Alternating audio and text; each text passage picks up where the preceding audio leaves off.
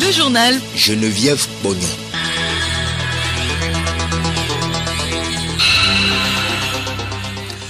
Madame, Monsieur, bonjour et merci de nous rejoindre à l'heure du journal de la mi-journée.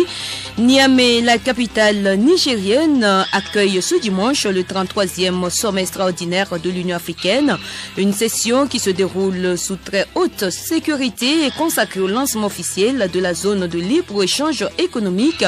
Une trentaine de chefs d'État, dont le Togolais Faure et Sozimna Gnassingbé, prennent part à cette session. Le Togo connaît depuis hier ses représentants au Festival du cinéma Clap Ivoire 2019 qui se tient en septembre prochain en Côte d'Ivoire. C'était au cours de la soirée apothéose de la 3e édition de la Semaine nationale du cinéma. Et puis, le Forum du dialogue national en Algérie invite la société civile à la négociation. C'est à travers une plateforme de proposition. L'objectif de ce forum est de créer les conditions pour organiser une élection présidentielle.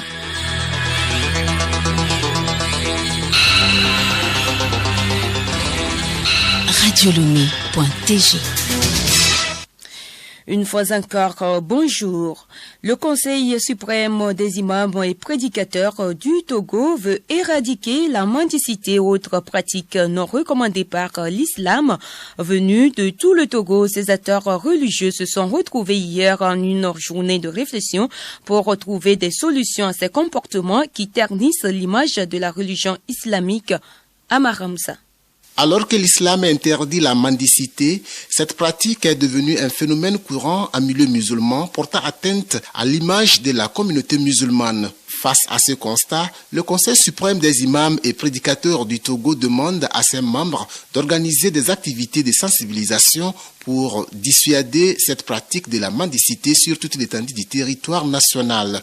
Imam Abdoulatif Mako, secrétaire du Conseil. Nous ne connaissons pas l'identité des supposés mendiants qui viennent rôder autour de nos mosquées ça et là. Donc nous avons beaucoup de réserves. C'est pourquoi nous nous sommes réunis. Nous avons fait de ce point le premier point pour éradiquer ce fléau. Donc nous avons tenu à conseiller tous les imams sur toute l'étendue du territoire d'en faire autant. Entre autres points abordés au cours de cette journée de réflexion, les appels à la prière au milieu de la nuit, surtout pendant le mois de Ramadan. L'islam découle du mot paix. Alors qui dit la paix dit bon voisinage. C'est pourquoi nous avons parlé de l'appel à la prière. Nous vivons dans un pays laïque et nous devons respecter les autres.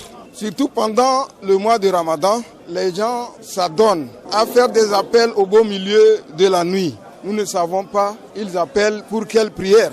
Donc, dignitaires religieux que nous sommes, nous avons décidé de prendre des mesures. Sur ce, nous avons décidé de faire une commission qui va se charger de divulguer les heures de prière.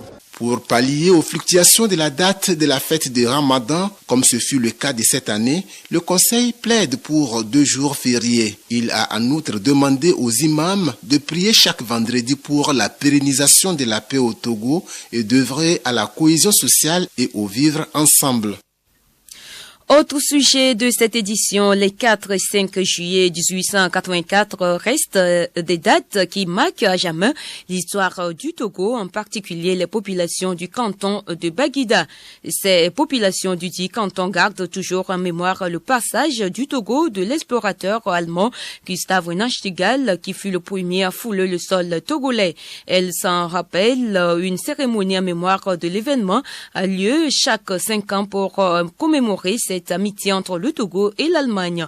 Autorités civiles, administratives et traditionnelles se sont retrouvées encore hier pour célébrer le 135e anniversaire de l'événement à Baguida en présence du préfet du Golfe Komlan Agboche, Togbu et Gaglo Eje, représentant du chef canton de Baguida. C'est pour rassembler tous les fils et filles de Baguida. Baguida fut première capitale du Togo 3 ans avant d'aller à Ného. Aujourd'hui, nous célébrons cette fête nous réfléchissons sur l'arrivée de nos grands-pères, les Allemands, pour signer le traité à Baguida avec notre grand-père Nyanglondio et Mlapa de Togoville. Ça nous donne un mémoire pour les fils du Baguida. Je le disais en titre, le Togo connaît depuis hier ses représentants au Festival de cinéma Clap Ivoire 2019 qui se tiendra cette année en septembre prochain en Côte d'Ivoire. Il s'agit de Roger Gbekou avec son film Fission, Le Chant des Oubliés, et Lawson Adjeté, le réalisateur du documentaire L'Or Rouge de Mwepé. Les deux réalisateurs ont été primés hier à l'issue de la semaine du cinéma togolais. Gabriel Aïna. Le Togo se rend en septembre prochain en Côte d'Ivoire au Clap Ivoire 2019 avec deux valeurs sûres du cinéma. Après Anita Afatiao, lauréate l'année dernière du Grand Prix Kodjo et Bouclé du Moa, le Togo nourrit encore l'espoir de ramener le plus gros prix de l'événement au Bercail cette année. Après la cérémonie apothéose de la semaine du cinéma togolais, les cinéastes et amoureux du 7e art disent croire à ce rêve. Les films fiction, Le Chant des Oubliés de Roger Gbekou, qui traite du rôle de tous face à l'immigration clandestine, et le documentaire L'Or Rouge de Mwepé, réalisé par Lawson Adjeté sur le travail de l'argile à Mwepé dans la Vée, réalisé par Lawson Adjeté, ont convaincu le jury. Écoutons respectivement Roger Gbekou et Lawson Adjeté sur leur film. Le titre en réalité dit tout déjà, nous sommes des oubliés en quelque sorte. Il faut vraiment qu'en tant qu'Africains, ils font ce réveil. Le message n'est pas juste aux jeunes, le message est pour tout le monde. Je pense que la tâche est partagée parce qu'il faudrait vraiment que les jeunes aussi travaillent. Il faut aussi que le gouvernement accompagne ces jeunes-là. À travers ce documentaire, on s'est dit de poser un miroir à la population, de se voir eux-mêmes au travers ce miroir. Le message, c'est un message d'espoir au fait pour la population de Nwepé. C'est les jeunes qui se battent pour survivre, et je pense que chemin faisant, il y aura des aides qui vont venir pour les supporter, pour bien faire le travail qu'ils sont en train de faire. La semaine du cinéma tenue cette année du 1er au 6 juillet a été marquée par des projections, des masterclass, des conférences et des formations, notamment en actorat, en direction de photos et en réalisation et scénarisation. Le directeur national de la cinématographie, Koutom Essohanam, dresse le bilan de cette édition. Nous avons pu former 40 cinéastes. Nous avons aussi eu à faire 3 conférences au total. Et sur le plan projection, nous avons projeté au moins 56 films à Lomé ici, dans 6 localités. À l'intérieur du pays, nous avons aussi fait des projections à raison de 30 films par région, ce que donne dans les 5 régions autour de 150 films. Donc, globalement, nous avons un bilan assez positif. La cérémonie apothéose a été marquée par la remise d'attestations aux participants des diverses formations. Le ministre Koutera Bataka de l'Agriculture, représentant son collègue en charge de la culture, a félicité tous les acteurs et amoureux du cinéma avant de les exhorter à se donner davantage, car le Togo a aussi des talents dans le 7e art, a-t-il rassuré. Parlons toujours culture. L'artiste de la chanson togolaise, Santi Dorim, signe son retour sur la scène musicale togolaise. Plein de projets marqueront le comeback de celle qu'on appelle la princesse de Doufelgou. Elle a sorti hier Maman Nante. En français, que puis-je? Un nouvel album de 4 titres, un opus inspiré des réalités quotidiennes, surtout de la méchanceté de l'homme, Santi Dorim, que nous écoutons. Dans Maman Nante, je dis, qui suis-je? Mon frère n'est plus mon frère aujourd'hui. Ma sœur n'est plus ma sœur aujourd'hui. Et je me demande d'où je viens. La maison que j'ai cru que c'était ma maison, aujourd'hui, elle n'est plus ma maison. Alors d'où je viens? La leçon que je ressors, c'est que avec le soutien de mon Dieu, je ne vais pas être méchante envers mon prochain. Après le lancement de cet album, nous projetons organiser un spectacle en fin novembre. Et on espère que cela va être une réussite. J'ai été très contente de voir le public. Je suis de retour. Je demande encore qu'ils me soutiennent parce que nous avons besoin de leur soutien pour évoluer. Retenez que Maman Nante est le 5e album de Santi Dorim. Plusieurs amis, fans et collègues de l'artiste ont pris part à la cérémonie de lancement de cet album. Le journal Geneviève Bognon.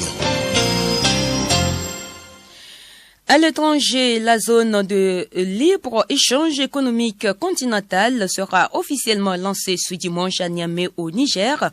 Une trentaine de chefs d'État, dont le Togolais Faure Gnassingbé, prennent part à ce sommet de l'Union africaine qui se déroule sous très haute sécurité. Nous retrouvons Amara Moussa. Quelques 12 000 hommes ont été déployés dans toute la ville de Niamey alors que la circulation a été coupée dans les secteurs qui accueillent les délégations. Sur le plan politique, c'est ce dimanche que sera officiellement lancée la zone de libre-échange économique. Pour cet événement, une trentaine de chefs d'État devraient répondre présents. La plupart d'entre eux sont déjà arrivés à Niamey. C'est le cas de l'Égyptien Abdel Fattah al-Sisi qui préside cette année l'Union africaine, le Nigérien Muhammadu Buhari, le Congolais Félix Tshisekedi ou encore le Malien Ibrahim Boubacar Keïta. Les responsables de l'Union africaine et les autorités nigériennes sont convaincus d'une chose. Pour eux, pas de doute, ce sommet fera tache d'huile dans l'histoire de l'Union africaine.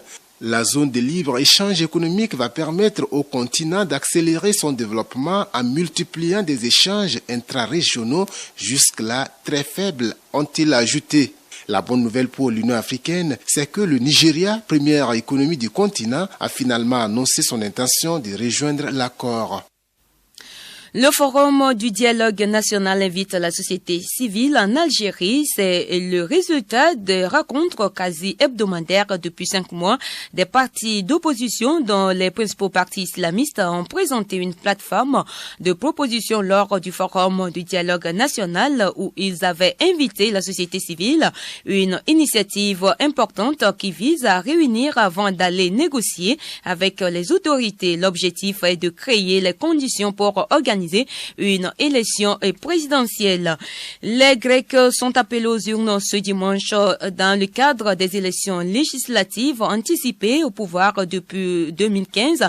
Alexis Tsipras et son parti risquent de devoir passer la main dans un pays où la dette est toujours très importante.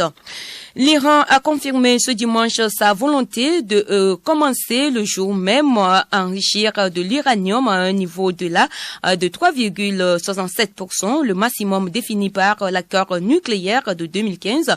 Téhéran a également menacé de s'affranchir dans les 2 mois d'autres obligations de l'accord. Et puis, la 7e session de pourparlers de paix afghane qui se déroule à Doha au Qatar a été la plus productive depuis que ces discussions ont commencé selon l'envoyé spécial américain Zalmay Khalilzad et les représentants des talibans en septembre dernier. Talibans et Américains font ce dimanche une pause de 48 heures. Ils laissent la place à une délégation intra-afghane qui rencontre à son tour des représentants talibans. L'objectif est de trouver une issue politique pour mettre fin au conflit qui dure depuis 18 ans en Afghanistan, la guerre la plus longue dans l'histoire des États-Unis.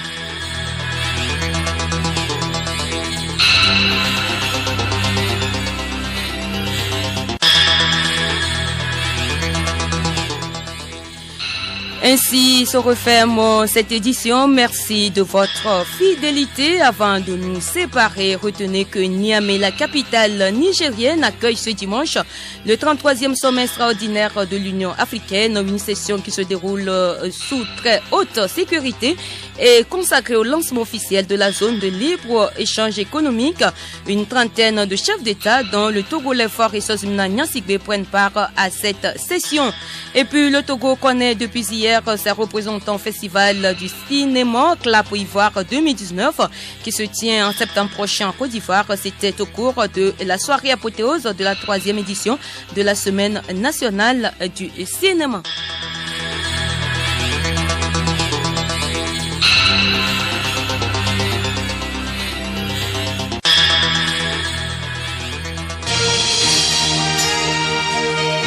Radio Lomé, boîte postale 434, email radiolomé@radiolomé.tg. radiolomé.tg